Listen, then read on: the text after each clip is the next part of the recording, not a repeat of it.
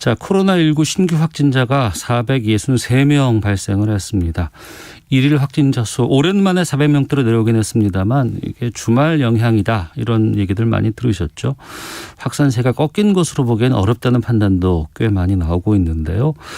한림대 강남성심병원 감염내과의 이재갑 교수 연결해서 지금 코로나19 상황 또 백신 접종 등에 대해서 좀 다양한 이야기 좀 여쭤보도록 하겠습니다. 안녕하십니까? 예, 안녕하세요. 예, 일주일 만에 신규 확진자 수가 400명대로 떨어졌는데 이 확산세는 어떻게 평가하고 계십니까? 일단은 지난주에 한 700명대 후반까지 올라갔다가 지난주에 600에서 700명대 초반 정도 수준 정도로 확진자가 이제 늘어나는 거가 조금 떨어진 상황이긴 하거든요. 예. 일단은 급격히 늘어나는 상황들은 어느 정도 꺾인 거로 생각이 좀 되긴 하는데 어쨌든 확실하게 이제 확진자 감소하고 있지는 않기 때문에 지금 지역사회 내 그런 감염 요인들 분석하고 또한 이제 확진자 늘어나지 않도록 노력하는 부분들은 지속돼야 될 거라 생각을 하고 있습니다. 그러니까 일주일에 그날 확진자 추이는 좀 변동성은 좀 있지만 일주일 평균을 내보면은 대략적으로 지금 우리 상황이 어떤 것이다라는 거 판단할 수 있을 것 같은데 잡힌 것 같긴 합니까? 그러니까 잡혔다기보다는 그러니까 횡보라고 표현하는 거죠. 그러니까 이제 더 늘어나지는 않았다는 것만으로 일단 다행으로 여기고 있는 거고요. 예. 그러니까 이 상황에서 이제 꺾여서 떨어질 건지 아니면 다시 올라갈 건지는 앞으로 2, 3주에 또 상황이 또 중요할 거라 생각이 듭니다. 그 감염 경로를 알 수 없는 그 불명 사례 비율이 25%를 웃돌고 있다라는 지적도 나오고 있는데 이건 어떻게 봐야 됩니까? 예, 일단 이 부분이 지금 제일 안 좋은 지표 중에 하나인데요. 예. 지역사회 내에서 이제 본인이 누구한테 전파됐는지 모르는 그런 상황들이 계속되고 있다는 거기 때문에 그러니까 지역사회 내에 아직도 꽤 많은 확진자들이 있다라는 거고요. 일단 이제 그런 부분이 혹시라도 좀 큰 이제 집단 발병의 시작이 될 수 있기 때문에 그렇게 되면 확진자가 갑자기 뭐 800명, 900명 이렇게 늘어나는 것도 금방이 될 수도 있거든요. 예. 그러니까 그렇기 때문에 주의하면서 지금의 상황을 안정시키기 위해서 더 노력이 필요하다는 거 말씀드리는 겁니다. 지금 일단 정부는 그 특별 방역 점검 주간을 연장하지 않기로 이제 결정을 했다는 발표 나왔습니다. 네. 지금 이제 우리가 2단계 오랫동안 계속되고 있는데 이 부분은 어떻게 해야 한다고 보세요? 일단은 지금이 이제 코로나 상황 자체가 안정화된 거는 아니고 그리고 저희가 제일 걱정하는 게 60세 이상의 어르신들에서의 중증 감염자들이 많이 나타날 수 있는데 아직 충분하게 예방접종이 되지 않았거든요. 그러니까 75세 이상도 아직 안 끝났고 60세 이상 이제 시작하는 상황이기 때문에 적어도 이분들이 1차 접종을 어느 정도 마칠 수 있는 6월 말까지는 이제 유행 상황이 악화되지 않도록 노력하는 게 상당히 중요합니다. 확진자가 늘어나면 당연히 중증 환자 늘어나고 또한 이러면 사망자도 늘어날 수 있기 때문에 어쨌든 6월 또는 7월까지는 최대한 이제 유행 상황이 악화되지 않도록 버티는 게 지금 가장 중요한 상황이라고 생각을 하고 있습니다. 네, 그러면은 지금 2단계 뭐 조치라든가 아니면은 5인 이상 집합 금지 이건 계속 이어가야 한다고 보세요? 네, 일단은 지금 그렇게 해도 지금 600명대, 700명대 간신히 유지하고 있잖아요. 그거를 만약에 완화시킨다면 확진자가 늘어나는 거 불보듯이 뻔한 상황입니다. 그래서 일단 적절한 억제책을 계속 유지하면서 백신 접종이 순탄하게 이루어질 수 있도록 노력하는 게 지금으로서는 이제 두 마리 토끼를 다 잡아야 되는 어려움이 있지만 이거를 잘 유지를 해야지 백신 접종에도 영향을 덜 줄 수 있거든요.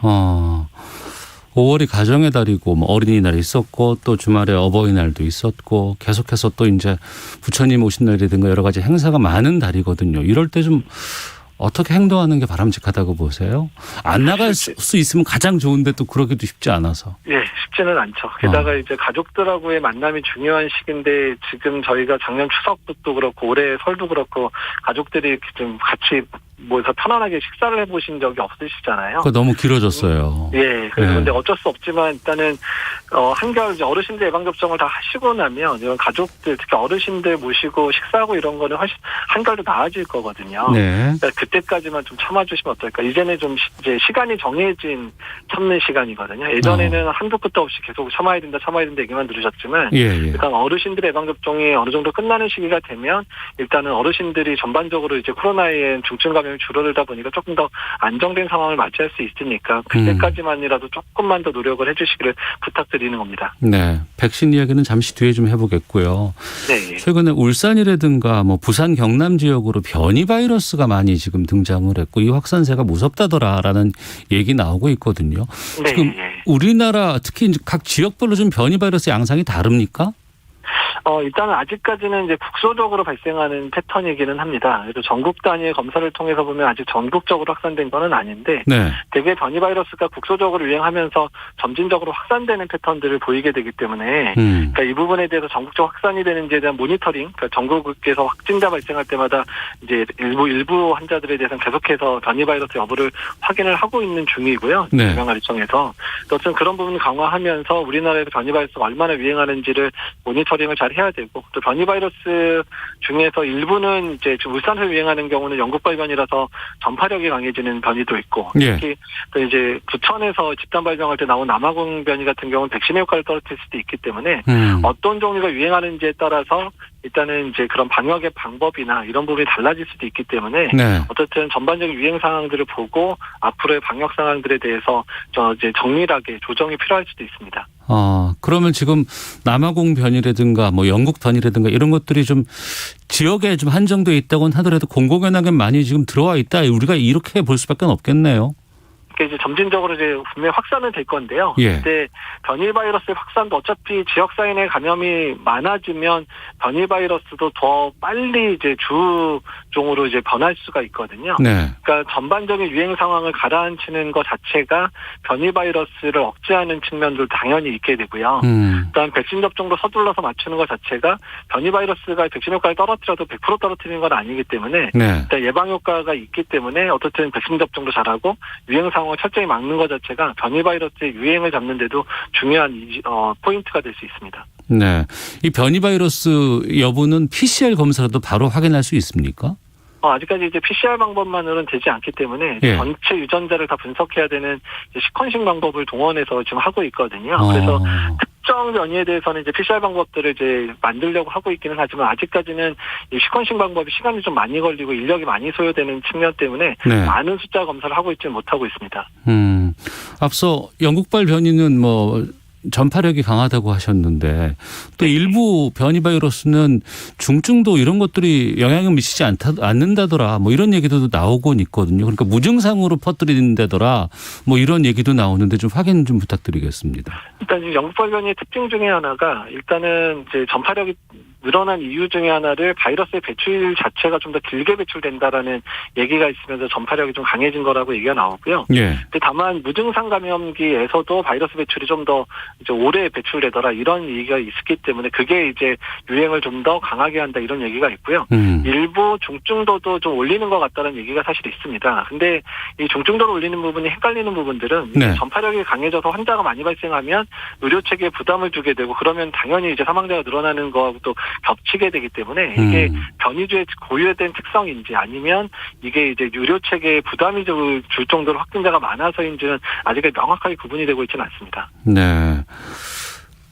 변이 바이러스가 발생을 해도 지금의 백신으로는 다 이걸 좀 잡을 수 있을까요? 그러니까 일단 영국발 변이는 백신의 효과를 많이 떨어뜨린다고 돼 있지는 않고요. 네.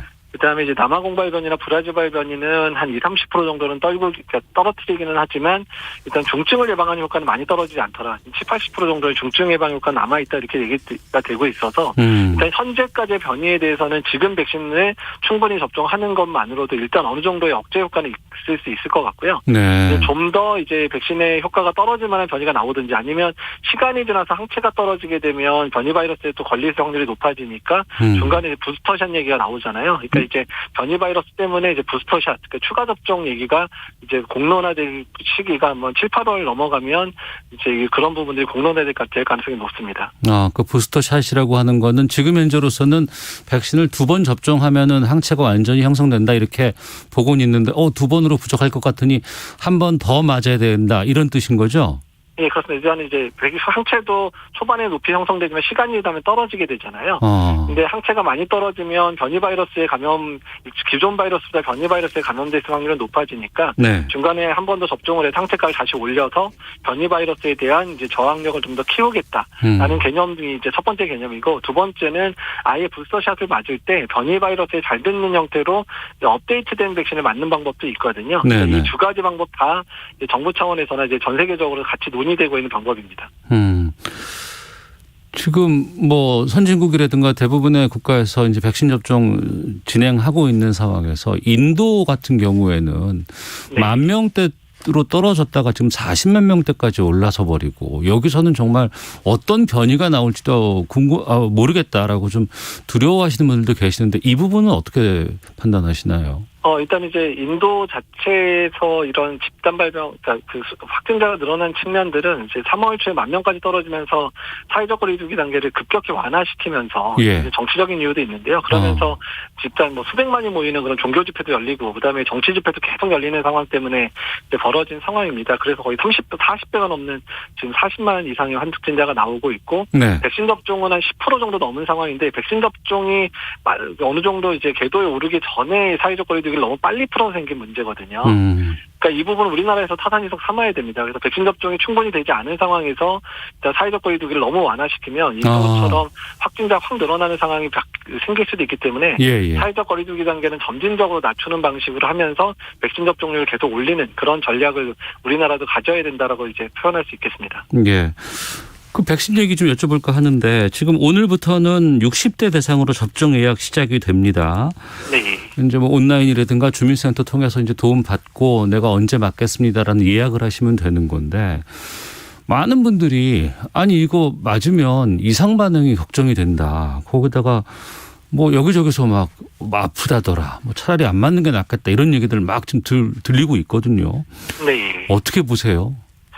일단 최근에 여론조사 보면 접종을 하겠다라고 하시는 분들이 이제 예전에 한 70% 내외였는데 60%까지 좀 떨어지고 있어서 좀 우려가 되기는 하는데요. 네네. 근데 지금 60세 이상에서 아스트라제네카 백신 접종이 예정돼 있는 상황인데, 지금 최근에 나온 여러 가지 논문들을 보게 되면 60세 이상에서는 이상 반응의 사례도 상당히 적고 젊은 층에 비해 상당히 적고, 네. 그다음에 백신의 효과 자체는 화이자 백신과 동등하거나 오히려 화이자 백신보다 나은 측면이 있다는 논문들이 계속 나오고 있습니다. 네. 그래서 60세 이상에서는 아스트라제네카 백신이 오히려 이제 어르신들한테는 훨씬 더 특화되고 훨씬 더 효과가 좋은 백신으로 이제 증명이 되고 있는 상황이라서 일단 염려를 조금 내려놓고 일단 접종에 동참하시는 게 좋겠고요. 네. 특히 60세 이상의 국내 사망자의 95% 이상이 다 60세 이상에서 발생을 했었거든요. 네. 그래서 어르신들의 예방접종을 잘하는 것 자체가 일단은 이제 그런 사망자를 줄이는 효과들도 되고 의료 체계를 보존하는 측면들도 강하기 때문에 이제 공동체를 위한 마음으로 또 본인의 건강을 위해서도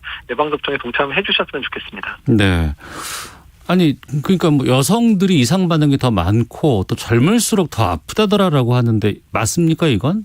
예, 그거는 이제 예방접종 자체가요, 이제 면역 반응이 강하게 나타나면 초기에 한 하루 이틀 정도는 열이 난다든지 근육통 같은 게 젊은 층들 면역 반응이 강하게 나타나니까 더 강하고 빈도도 높게 나타나거든요. 근데 대부분 이런 이제 이상 반응들은 이제 하루나 이틀 정도 지나면 대부분 회복이 되니까 너무 크게 걱정하지 마시고 뭐 해열제 준비해 놓고 드시면 되니까 그 부분은 너무 걱정 안 하셔도 될 것 같습니다. 그런 그 뭐 백신 맞을 때 해열제 미리 좀 챙겨 놓으세요라는 것들은 다 안내가 되고 있습니까? 예, 접종할 때도 안내가 되고 있고 질병관리청에서 이제 백신과 관련된 안내하는 그런 여러 카드 뉴스라든지 홍보물에도 이제 이런 분이 언급이 돼 있는데요. 일단 이제 아시타미노펜 성분을 하루나 이틀 정도 먹을 수 있는 분량은 좀 가지고 있다가 열이 난다든지 좀 으슬으슬거리거나 근육통이 심해지거나 그러면 바로 드시고 푹 쉬시면 되게 한 48시간 이내에 증상이 호전이 되니까요. 그런 부분들은 이제 백신 접종의 중요한 팁이라고 얘기해 드릴 수 있겠습니다. 그런데 언론만 보면 계속해서 뭐 아스트라제네카 백신 맞고 뭐 사지가 마비됐다더라 이런 보도가 계속 나와서 불안해하신 분들이 너무나 많이 계시더라고요.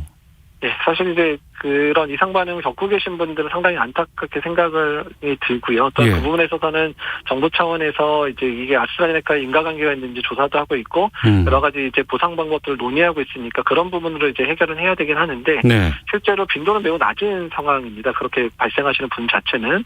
그리고 또한 이상 반응 자체들도 이제 대부분 초기에 이제 빨리 이제 이상 반응이 생겼을 때 병원에 내원하면 대부분 회복 가능한 상태가 될 수도 있기 때문에요. 예. 일단 그런 부분에 있어서 또 그런 빈도에 비해서 훨씬 더 내가 코로나에 걸려서 생길 수 있는 여러 가지 합병증 또 중증으로 진행하는 거 사망의 위험도를 훨씬 더 많이 낮춰주기 때문에 네. 백신 자체의 이득이 훨씬 크기 때문에요. 그러니까 그런 부분 고려해서 접종을 결정해 주시면 좋겠습니다. 그러니까 그 부분인데 한 번만 더 확인해 보겠습니다.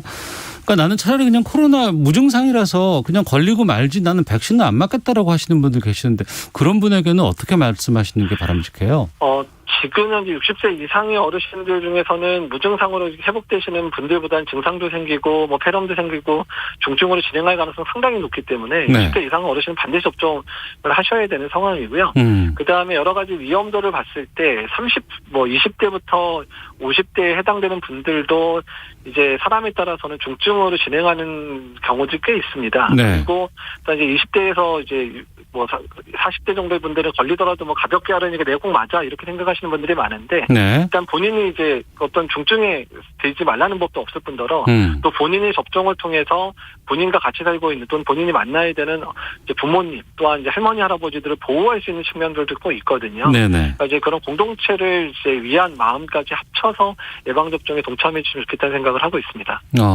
또 젊은 분들 가운데서는 빨리 맞고 싶다. 또 네. 이제 여러 가지 그 2차 접종까지 맞게 되면 자가격리도 면제가 된다더라 이렇기 때문에 업무상 여러 가지 특성상 빨리 맞고 싶다고 하는데 순서는 안 오니 네. 주변에 있는 의료기관 전화해서 노쇼 백신 저 맞게 해 주십시오라고 하는 분들도 꽤 많이 늘었거든요. 네, 그렇습니다. 이 노쇼 백신은 지금 어떤 상황인 거고 이건 뭐예요? 일단은 이제 지금 이제 의원급이나 병원급의 이제 위탁의료기관에서 접종을 시작하면서 네. 아스트라제네카가 이제 한 병이 11명에서 12명을 맞출 수 있거든요. 근데 이제 마감이 될 시기쯤에 그날 오기로 했던 분들이 3-4분 정도 안 오시게 되면 이거는 그냥 그 바이알 자체를 폐기를 할 수밖에 없습니다. 예. 그거에 대해서 예비 명단을 정해놓고 이제 한두 시간 이내에 빨리 도착할 수 있는 분들 같은 경우에는 그 폐기할 물량을 접종을 해서 폐기량을 줄이려고 하는 정책이거든요. 네. 그래서 이제 본인이 이제 한두 시간 내에 갈 수 있는 근처에 있는 의료기관 중에서 예비 명단을 받으면 이름을 올려놓으면 이제 그 의료기관에서 백신이 남을 때 연락을 하면 접종을 할 수 있게 되는 상황이고요. 제 주변의 분들도 많은 분들이 그렇게 예약을 해놓고 접종하신 분들이 꽤 있으시더라고요. 네. 그 부분인데 노쇼로 폐기될 백신을 맞겠다는 분들이 많다고 한다 그러면 지금처럼 이 예약을 통해서 하고 누군가는 안 오고 이런 것보다 그냥 원하는 사람부터 순차적으로 접종을 하면 되지 않겠느냐라는 지적도 나오던데 그건 어떻습니까? 근데 이제 그렇게 됐을 때 문제는 그러니까 이제 미국에서 비슷한 상황이 벌어졌는데 그러니까 특히 60세 이상의 어르신들 접종을 충분히 마치지 않은 상황에서 접종령을 풀다 보니까 양쪽 접종이 제대로 잘 안 되면서 그러면서 오히려 유행 상황이 악화된 주들이 미국에 꽤 있어요. 근데 이제 미국에서 70세 이상이나 60세 이상이 한 70에서 80% 맞을 때까지 접종을 최대한 노력을 하고 그 이후에 풀었던 주들 같은 경우는 사망자도 감소하고 전반적인 유행도 많이 잡아냈거든요. 네. 그러니까 우리들도 그런 부분들을 적용해서 일단 충분하게 고위험군들 접종을 맞춰줄 때까지는 지금처럼 이제 그런 폐기 물량에 대해 접종을 하도록 유도를 하고요. 충분히 접종이 끝나게 되면 그 이후 8월, 9월 넘어가면서 충분히 백신 물량이 확보된다 그러면 그때는 조금 이제 느슨하게 좀 더 많은 사람들이 바로 접종할 수 있도록 푸는 방법들도 가능할 것 같습니다. 네, 알겠습니다. 백신 종류가 크게 보면은 이제 화이자나 모더나처럼 이 화이자나 모더나는 좀 극저온에서 보관도 해야 되고 이런 mRNA 방식이라고 하고 또 아스트라제네카는 아데노바이러스 방식이다 이렇게 나오곤 있는데 그 화이자는 안전하고 그 아스트라제네카는 좀 불안하다 이 부분에 대해서도 좀 말씀해 주세요. 그러니까 사실 이제 아스트라제네카가 초반에 이제 65세 이상 접종 못했다가 풀고 또 60세 미만 안 했다가 풀고 또 이런 혈전증 사례까지 여러 가지 사례가 겹치면서 일종의 원제 같은 느낌이 된 거거든요. 그러니까 뭐라도 하나 생기면 또 아스트라제네카나 이런 상황들이 생기는 부분인데 사실 네. 안전성에 관련된 측면에 있어서는 화이자나 뭐 모더나 백신도 또 다른 형태의 중증 부작용이 또 있는 거고요. 그다음에 아스트라제네카가 다른 게 있기 때문에 실제 전체적인 이상 반응의 숫자를 비교하면 크게 차이가 나지는 않습니다. 네. 그리고 효과 부분들도 예전에 이제 화이자나 모더나가 더 좋다고 나왔지만 실제 이제 리얼월드라 그래서 실제 접종 사례에서의 분석을 보면 화이자나 모더나나 아스트라제네카나 효과도 80에서 90% 정도 잘 유지가 되기 때문에 효과의 차이도 크게 없거든요. 예. 백신 간의 우열은 없는 것 같다라고 보시는 게 맞을 것 같습니다. 백신 간의 우열은 없다. 그리고 또 선택적으로 맞을 수 있는 건 아니기 때문에 되도록이면은 많은 사람들이 일정에 맞춰서 백신을 맞는 게 바람직한 거죠. 예, 그렇습니다. 일단 접종률이 빨리 올라가는 것 자체가 그래도 우리가 지금의 코로나에 대한 공포감 또 코로나로 인해서 여러 가지 생활에 제약을 받는 부분들이 나아질 수 있기 때문에요. 같이 접종률 올리는 부분들 상당히 중요합니다. 네, 알겠습니다. 그리고 세계보건기구에서 중국 시노팜이라는 이 코로나 백신에 대해서 긴급 사용 승인했다고는 하는데 이거는 네. 뭐 우리는 뭐 아직 뭐 도입 가능성은 확인된 건 아닌데 전 다른 게 아니고 지금 보면 중국에서 아니 그렇게 그 코로나가 확산되고 엄청나게 문제가 많았었는데 지금 보니까 중국은 마스크도 안 쓰는 사람들도 워낙에 많다 그러고 코로나 다 끝난 것처럼 행동한다고 하는데 이건 어떻게 된 겁니까? 일단 중국은 이제 워낙에 이제 국경 통제라든지 또한 한 환자가 한 몇 명이라도 발생하면 도시 전체를 락다운하면서 강력하게 조치를 하고 있거든요. 네, 예. 그러니까 그런 게 이제 1년 이상 유지되면서 전반적인 이제 코로나 발생 상황 자체가 안정이 된 상황이고요. 실제 접종률은 이제 10% 넘는 수준 정도로 다른 여타 국가보다 이렇게 접종률이 높지는 않은 상황입니다. 네. 그리고 너무 이제 코로나가 안정돼 있다 보니까 사람들이 백신 접종에 대한 필요성도 잘 못 느끼고 있어가지고 접종률이 잘 안 오르고 있기는 하거든요.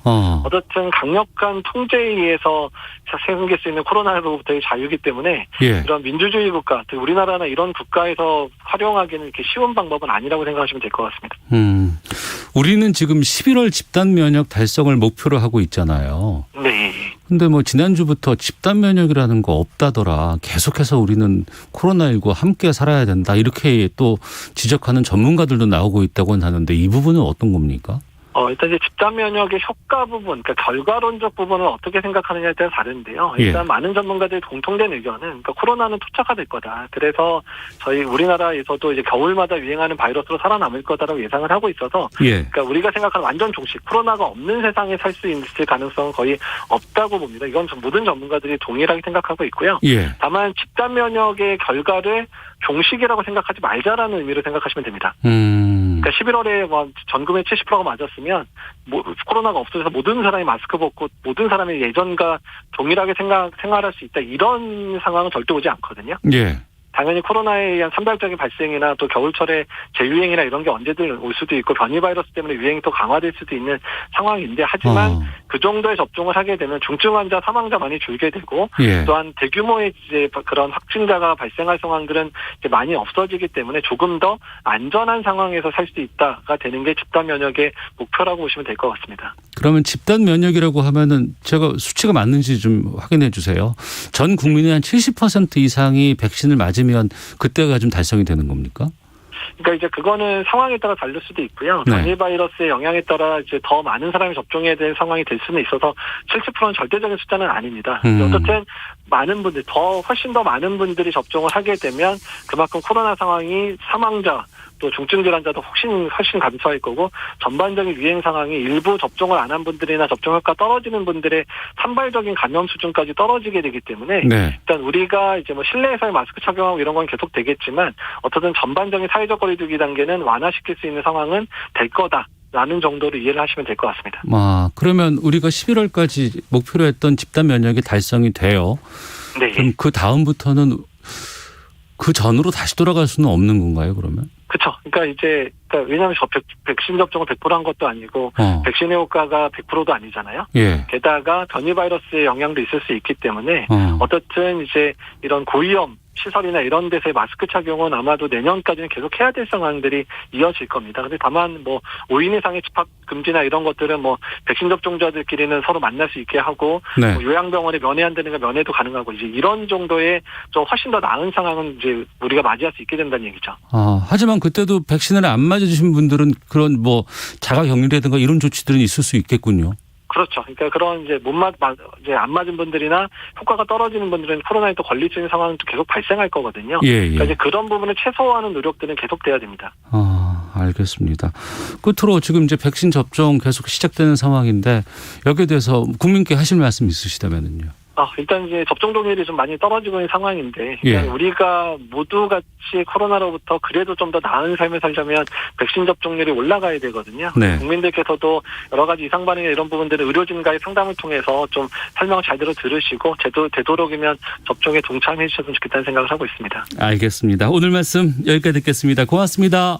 네, 감사합니다. 예, 한림대 강남성심병원의 이재갑 감염내과 교수와 함께했습니다. 자, 이 시각 교통 상황 살펴보고 돌아오도록 하겠습니다. 교통정보센터의 이현 리포터입니다.